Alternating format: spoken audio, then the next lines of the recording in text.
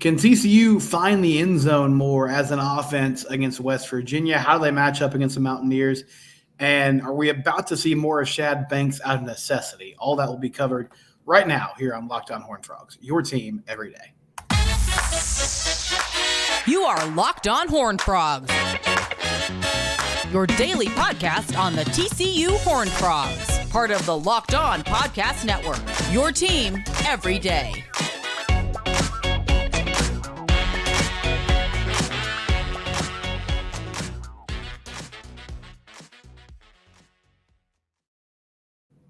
That's right, Locked On Horned Frogs, your team every day. I'm Steven Simcox. Next to me is freelance writer Matt Jennings, at Matt A. Jennings. My apologies, Matt. The A is for Avery, right? That's correct. That is my middle name. I believe Matt was named after a Braves pitcher in the 90s. Is that correct? That is correct. Steve Avery, the least well-known member of their World Series rotation, but yes. There you go. For all you seam heads out there, seam heads is what I said. Baseball people, Steve Avery. If you have, thoughts about him, comment on YouTube. That's going to get the people going. Anyway, we're talking TCU football today. On YouTube, you can subscribe to the Locked On Horned Frogs YouTube channel. You can also find us wherever it is you get your podcast in audio form.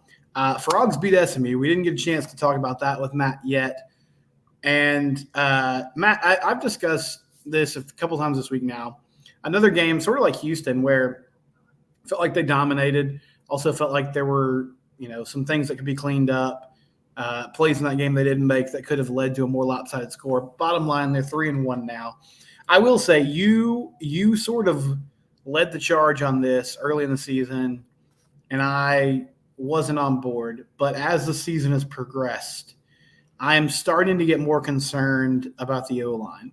Not so much about pass protection, but these short yardage situations especially. Just not a lot of push. Amani did end up with over 100 yards. He leads the Big 12 in rushing. But I think situationally it's problematic. What's your kind of perspective on the offensive line at the moment as we, sit here and going into week 5? I think they're solid. I think both in pass pro and in run blocking, I would just be looking for things to be cleaner. I think that's where I'm kind of landing because, you replace 3 solid starters on the interior of your line from a year ago. Steve Avila, one of which playing in the NFL, doing well right now. Shout out. But with those guys, they were very good at setting seals in the run game well and giving Kendre Miller and Amari Mercado and Amani Bailey like clear holes to run through, right? And then Kendre Miller also had this had an ability to kind of create and push even further even if stuff was muddy, but generally stuff was pretty clean. Both in pass pro and in run blocking this year, there's just not those clean, clear holes as much, which I think is Amani Bailey leads the Big 12 in rushing, having a good season thus far. But I think there's been a little bit of cap of a ceiling, I guess, on what he can do because he's such a one cut and accelerate guy, and he's not getting these clear lanes to run through. It's kind of muddy.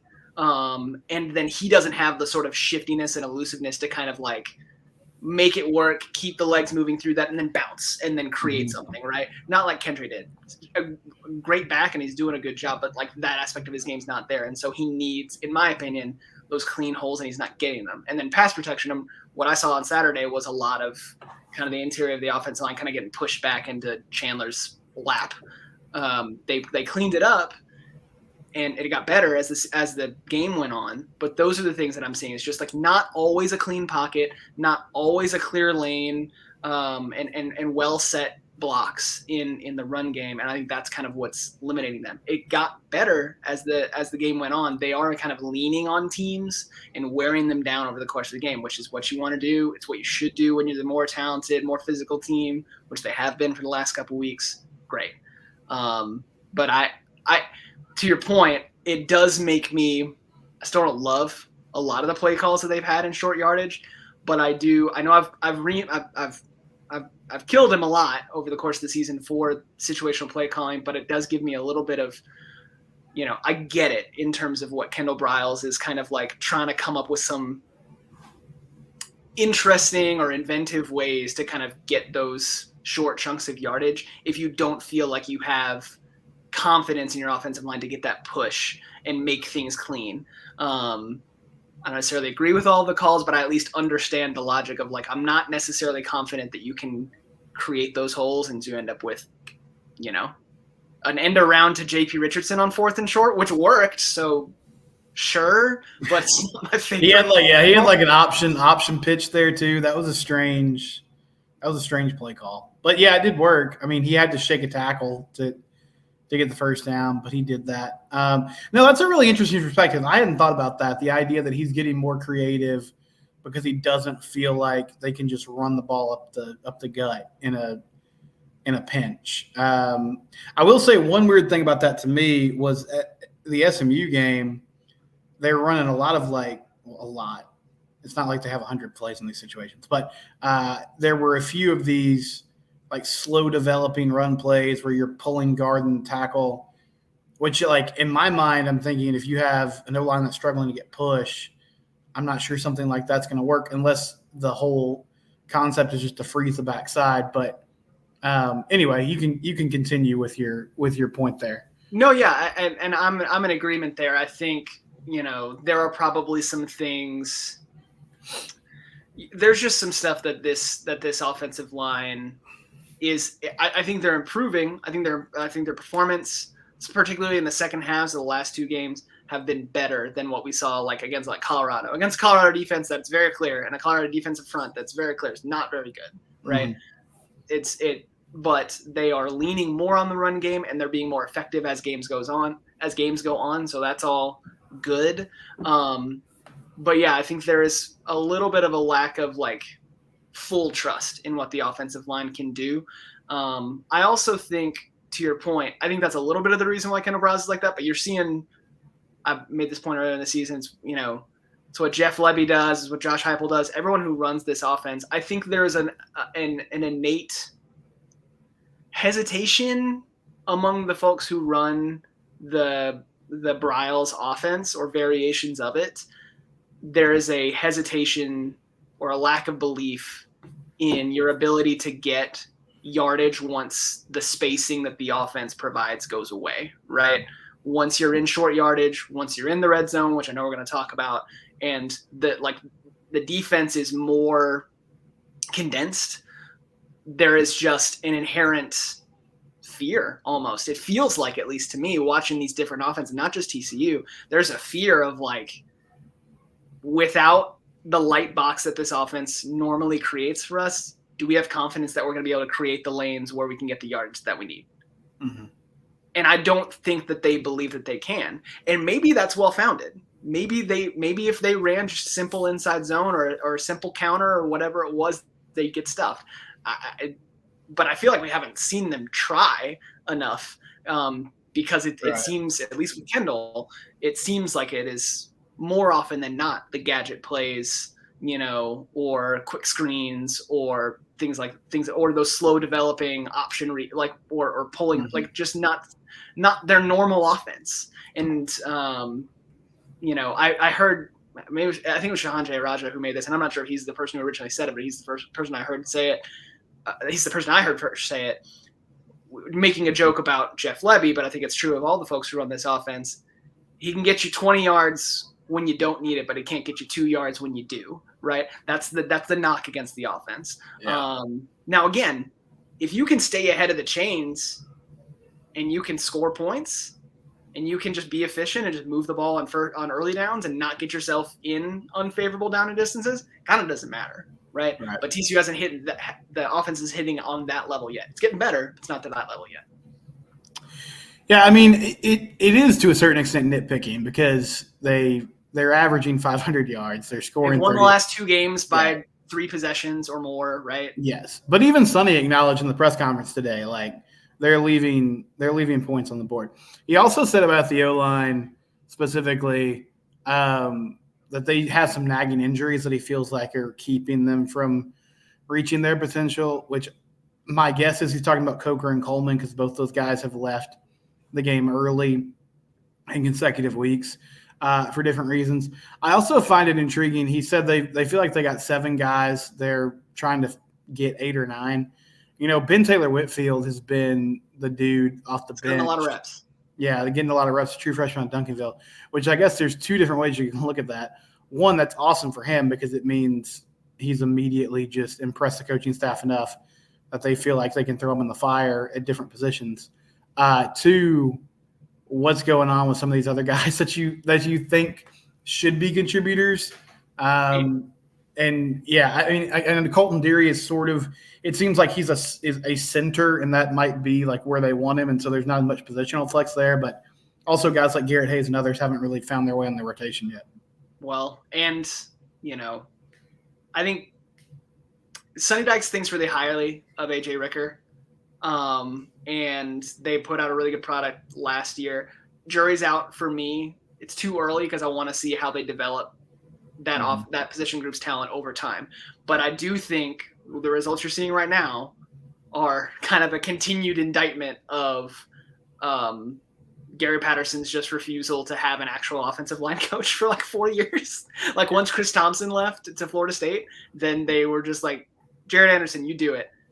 And you see the results of that. Like they had individual players like Steve Avila and Lucas Niang who were dudes in that group, but they don't have a depth of guys who have been preparing and developing and putting on the weight and getting and getting to the position where they were ready to be starters. And so then you end up with, you've got Brandon Coleman and Andrew Coker, who are 2 guys who are solid, but I think many TCU fans will tell you like there are flaws to their game.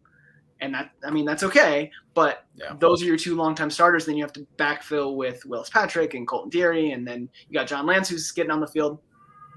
And now you have Taylor Whitfield as a true freshman. That just speaks to, you don't have a Garrett Hayes, who was a blue chip recruit, who was your highest rated offensive line recruit ever, who just like can't get on the field. Mm-hmm. Just like it is a testament to the lack of development that has been that position group. So give him a little bit of grace, but I am curious to see, okay, like once now you're about to be 2-3 recruiting cycles in, what does your player development of that position group look like? So that's something to watch in 2024 for sure. But they're making do with what they have. And if they're injured and banged up, then that, makes it tougher. If you heard my youngest son crying, he also has concerns about the TCU red zone offense. So, Matt, first, if you'll just explain briefly, you retweeted a graphic today from Parker Fleming at Stats of War on Twitter X. He's covering college football really nationally now, but has an interest in TCU.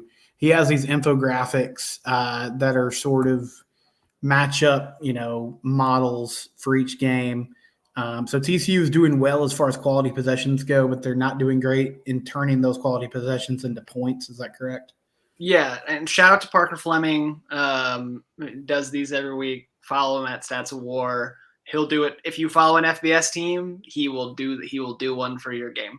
So I tweeted out the TCU West Virginia one today, and they're always really helpful, especially if you can't watch every team and know like what everyone's tendencies are. Like to give you a sense of, it allows you to put numbers to stuff. This is the thing that I find really helpful about analytics is it just gives you like a quantifiable thing to point to when to kind of confirm or help you understand what you think you're seeing with the eyeball test, right? Mm-hmm. And so like to this point, we've kind of been saying all year, it's like, man, it just feels like TCU's just not getting it done, like in terms of finishing drives, in terms of like in the red zone, like things like that.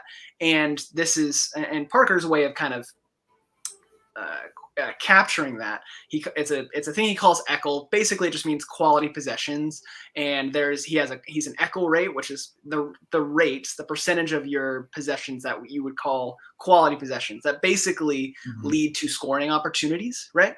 To oversimplify it, and then points per ECHL, so points per your quality possessions. Well, TCU on offense doing awesome in terms of ECHL rate, quality possession rate, right?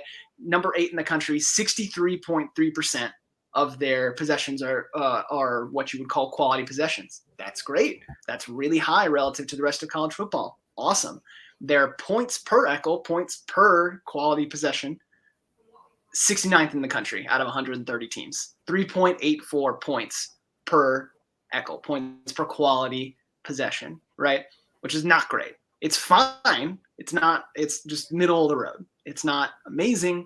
It's just fine. And that's really, I think, what we're seeing here. You're seeing a team that can rack up yardage, a team that is getting better at like not going. Our concern early in the season was like they're going 3 and out. Their possessions are ending really quick because of the tempo, and they're playing cleaner. They're sustaining drives better. They're leaning on the run game when it's appropriate. They're executing better. At basically every position on that side of the ball. But when they get down, in not even just in the red zone, but just like inside the opposing 40, they settle for field goals too often. And that's kind of what those stats are kind of pointing to. And again, that's the big question mark about running this style of offense is if you're not scoring from 40 yards out, and then you get closer as to the end zone and the field gets smaller, can you still run your offense and be as effective? And I think TCU has the tools to do that. They're really trying to get Jared Wiley the ball in the red zone. And they did that effectively against SMU. They've got Chandler Morris can bail them out of some scenarios. If they get into an unfavorable down and distance, he can get you an extra set of downs with his legs. He can escape the pocket and kind of create something in the passing game, which you can need if a play breaks down. That's awesome. But ultimately, the thing that's going to separate this team from being, they're 3-1 right now. Should be 4-0. Should be 4-0. Were it not for a superhuman Travis Hunter interception, you're probably sitting 4-0 right now, and you feel really good, right? Yeah. They have a chance still. They're tied for first at 1-0 in the Big 12. They have a chance to get to the Big 12 title game. They do. I don't know if I'm not right now picking them to do that. The difference between them doing it and not is going to be whether or not they can improve in that area. If they can finish their drives better, because they can get quality drives, but are they going to get the points they need to stand up against the Kansas States and the Oklahomas and the Texases that are left on their schedule? The good news for them is that other than the bad news is they have to face all 3 of the other Big 12 title contenders, the top contenders for the conference championship game right now. That's not ideal. Those are teams that are all left on the schedule. The good news for them is the rest of the league looks very beatable. Not necessarily picking them to win every single one of those games, but other than those 3 games, if they played every other team on their schedule tomorrow, TCU would be favored in whatever remaining number, 7 games or 5 games there are against their other opponents, against Baylor, Iowa State, West Virginia, BYU, Texas Tech. Yeah. If they played any of those teams today, they would be favored in those games. If you clean that up and you can steal 1 or 2 against those other 3 teams, then you suddenly the complexion of the season looks very, very different. But that's really the thing that's going to separate whether this is like a pretty good team that wins 8 games and a team that can be something more. Right. There's a path there for sure. I have some thoughts on that. TCU is going to get some help at the receiver position this week. And we'll talk about Shad Banks maybe being thrust in the lineup more. All that coming up next here on Locked On Horned Frogs. All right, DoorDash. You know about DoorDash. You probably order takeout from DoorDash. But did you know you can also now get groceries from DoorDash? If you forget something like syrup for your pancakes or butter for your waffles, your favorite coffee creamer, DoorDash's grocery delivery can get what you need right when you need it. Love the convenience of what you want getting right to your door. DoorDash is the way to go. You've trusted DoorDash to deliver your restaurant favorites. Now you can get grocery delivery as well. Thousands of grocery stores to choose from. You'll find the best one in your neighborhood and boost your local economy with each and every dollar. And if you want even more value, you can save on all grocery and restaurant favorites with a $0 delivery fee on eligible orders with a DoorPass membership. Get 50% off your first DoorDash order up to a $20 value when you use the promo code LOCKEDONCollege at checkout. Again, that's 50% off up to $20 value and 0 delivery fees on your first order when you download the DoorDash app and enter the code LOCKEDONCollege. One more time, that code is LOCKEDONCollege. Get 50% off your first order. Use DoorDash now for your grocery needs as well. Yeah, so I think the good news about all this is you're running a new offensive system. You're 4 weeks in, and so they can get better at these things.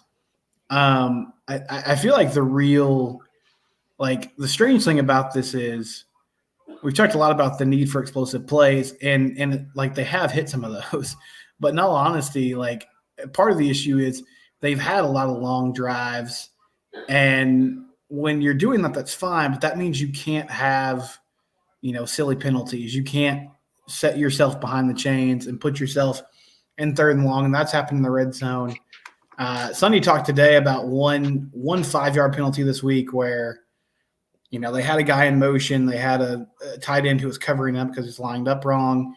And so that type of stuff is still happening with the install. You hope that becomes more second nature, as the year goes on.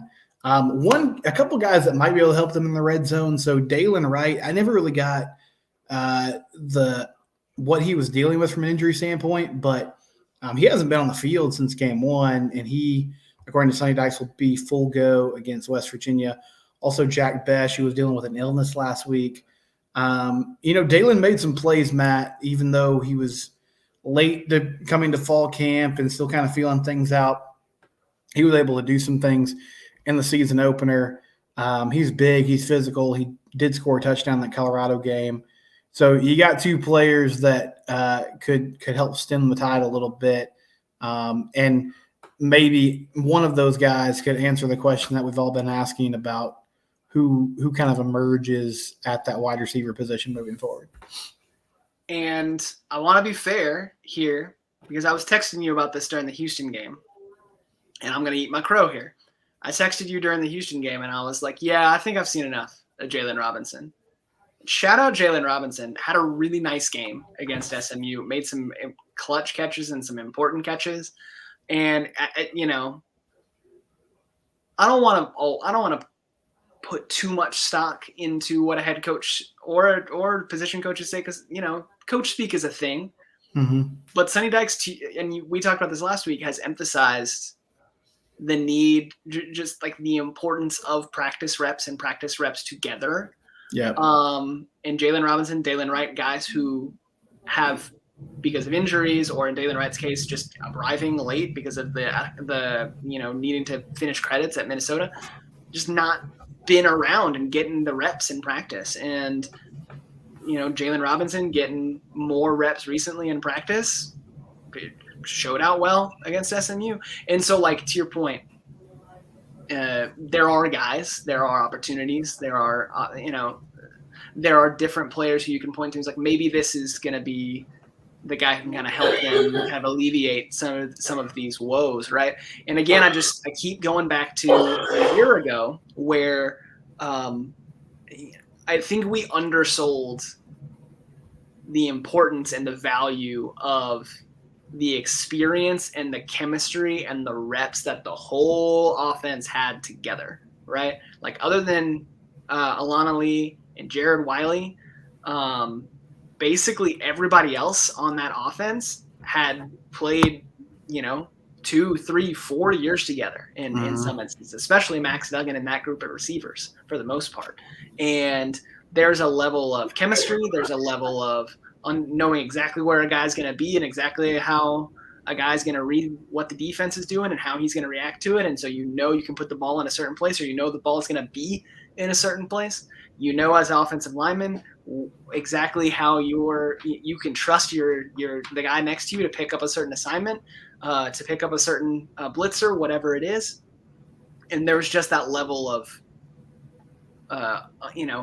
instinctive chemistry and just reps and experience together. There's not a way to replace that. And so I do think there is upside for this team, which has a lot of either young guys or transfers, to grow and get better in those respects over the course of the season, and they get those reps both in practice and in games together.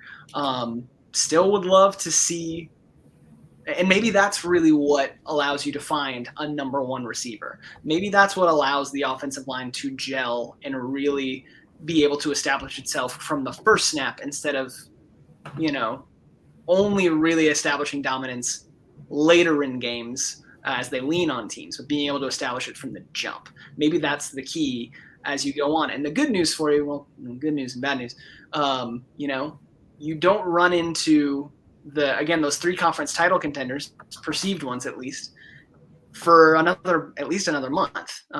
K-State's the first one, and then you get Texas a couple weeks after that, and you get Oklahoma to close out the year. Now you got to go on the road 3 out of the next 4 games. That's not easy, but you're doing it against teams that are also figuring things out and nursing injuries or haven't looked all the way together. You got a chance to do some stuff. That could all go sideways this week if you lay an egg against West Virginia, who has a very good defense, has a good running game, could absolutely mess some things up for you. So you gotta be ready for that team. This is easily the best defense that you have played so far this season, but you can go out and play as expected this week, and then over your next 3 games, you probably feel really good as you enter that last sprint of the season where you're going to have all those tests against those conference title contenders.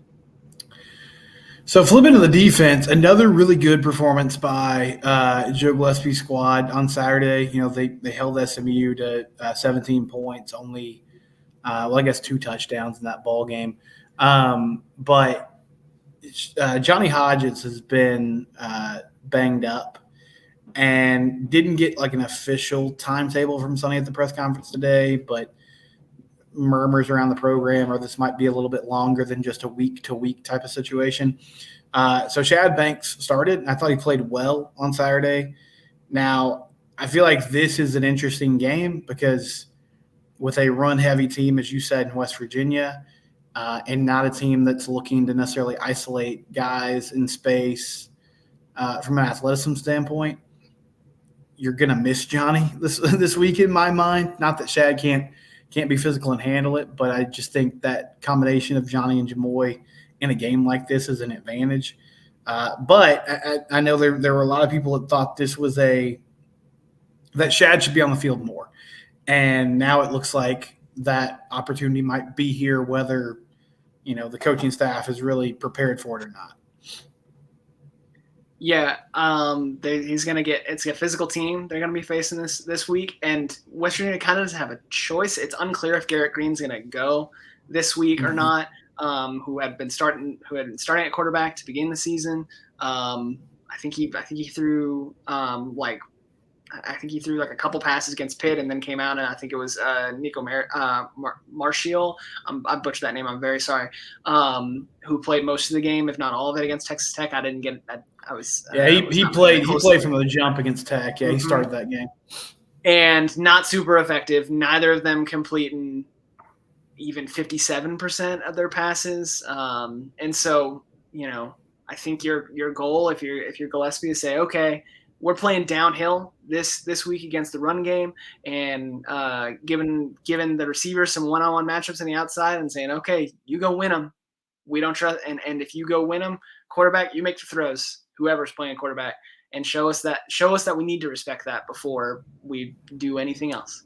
And so I think that's good for a player like Shad Banks, who is just so fast, and we've seen him get into the backfield and wreak havoc when they allow him to. And so but it is a different sort of assignment than what they, as a former receiver and as probably the fastest of the group out of the linebacker group, what they normally probably look for him to do is, be able to cover guys in space. So it's a little bit different.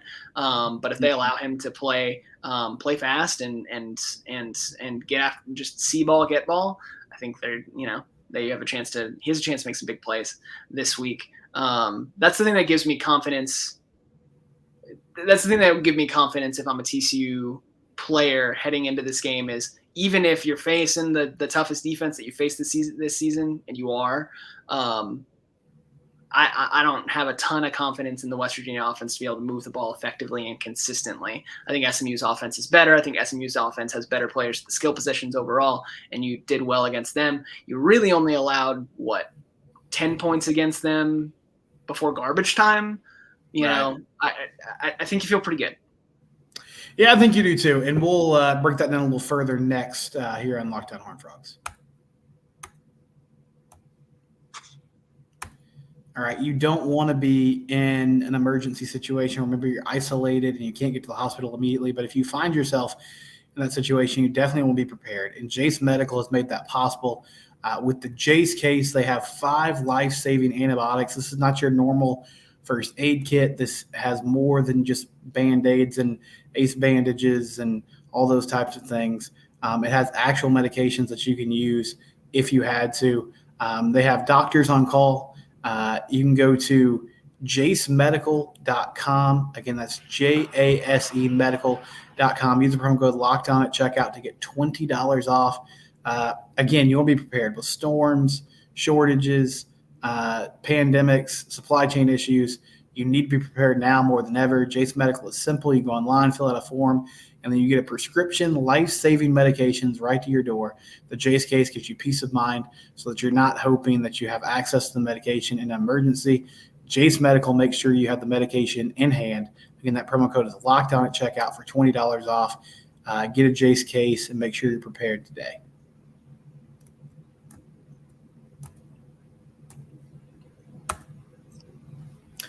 Yeah, so TCU West Virginia this week. Second game of the Big 12 schedule for both these teams. An interesting matchup. So follow me here. Watching West Virginia last week, the way they played reminded me a lot of the 2020 TCU Horned Frogs. Now, I think Max was not as limited as the 2 quarterbacks that West Virginia has, but that was a team that if they could physically impose their will on an opponent, then they would rely on that and just go with it. And they did that against Kansas. They did it against Texas Tech, and pulled off a few upset wins against Oklahoma State and Texas. But they had a good defense. They had a good stable of running backs and an offensive line they could lean on. And so West Virginia's kind of got that vibe going on. They haven't thrown the ball well this year. They don't want to get in those situations where they have to throw the football. So with the athletes TCU has, even with a very good West Virginia defense, Matt, I feel like this is a game they should win if they handle their business. I know you saw earlier this week S&P Plus had the Frogs as like a 14-point favorite. Odds makers have been anywhere from like 9 to 13 or 14. Yep. What is your take on kind of how this game could play out or the way it could go well for TCU? This feels like a game that both the advanced numbers and the odds makers are seeing something that I'm missing, because at first glance I saw this game, I was like, look, like West Virginia playing better than expected, just took it to Texas Tech a week ago, won a game that I didn't think they had any chance of winning, and they have an opportunistic defense against a TCU offense that has sputtered at times, especially in scoring opportunities. And I thought TCU would be favored, but I didn't think it would be. Again, odds makers, it's moved depending on which. It opened at as high as 13, then it got down to like 9.5, depending on where you're looking at. It's climbing back up toward like 11. SP Plus, Bill Connolly at ESPN, his numbers have it projected as 14. Parker, who we mentioned earlier, it's closer to like 7. So it varies a little bit. There's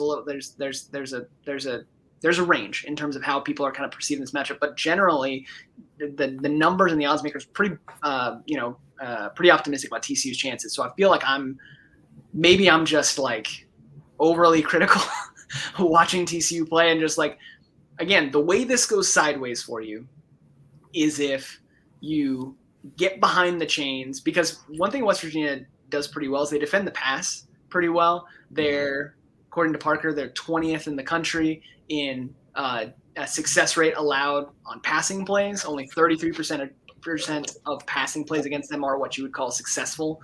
And EPA per pass they allow is also like 16th. Like, they're really good.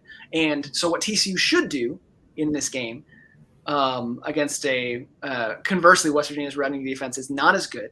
They should lean on Amani Bailey. They should lean on that run game. And they should, use that setup, play action and RPOs to, pick your spots in the passing game and just you should be able to run the ball and lean on that and win the game.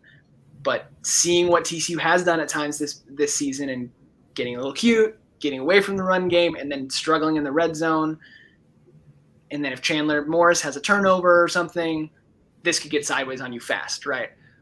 So that's what I would worry about.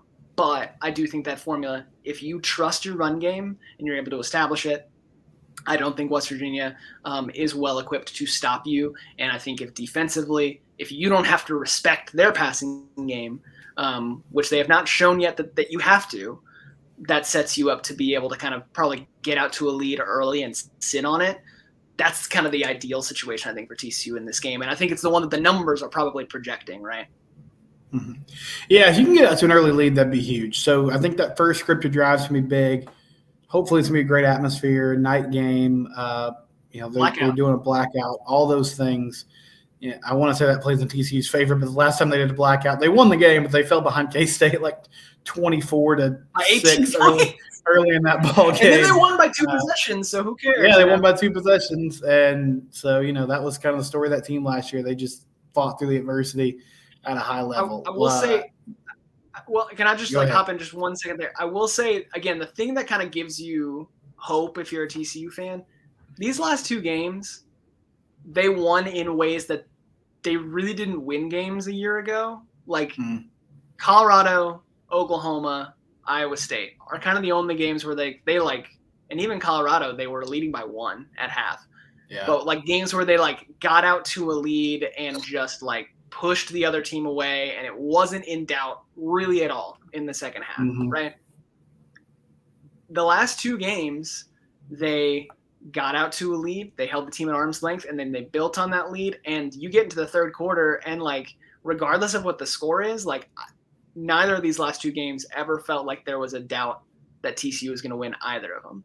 Yeah. And that's just not a way that they played a year ago. And that part of that's, I don't think Houston's very good. I don't know how good SMU is, right? So yeah, it plays into it. But even against some of the not so awesome teams last year, they still, struggled to really separate themselves. So I do think that gives you a little bit of hope for this team of maybe that's what you should do if you are a better team, more talented team, more athletic team against the teams that you have those mismatches. You should be able to exploit them and do that to them, and where it's not in doubt. The fact that they are doing that, again, the competition, we've noted that they're, not the highest level of competition last 2 weeks, but that's encouraging to me. They can keep doing that. And on paper, at least, West Virginia, Iowa State, BYU, those next 3 games all look like similar matchups in that regard. I think you feel pretty good, but you have to execute. You have to make good on it. You do. I'm pretty confident this week, and it's not because I don't have respect for West Virginia. I like what they're doing. I think they're finding creative ways to win, and they have a really good unit in their defense. It's just because football's a game of matchups, and I feel like TCU has some favorable ones here. But I've been wrong before, and so we'll see. West Virginia is so going to win by 10 points now. We've jinked it so hard. Yeah, some dude like Mountaineer Mama 24 is clipping this right now and is going to put it all over the internet when CJ Donaldson runs all over us. I don't think that'll be the case, but we'll see what happens. Thank you to Matt Jennings. This is the Locked On Horned Frogs. It's your team every day.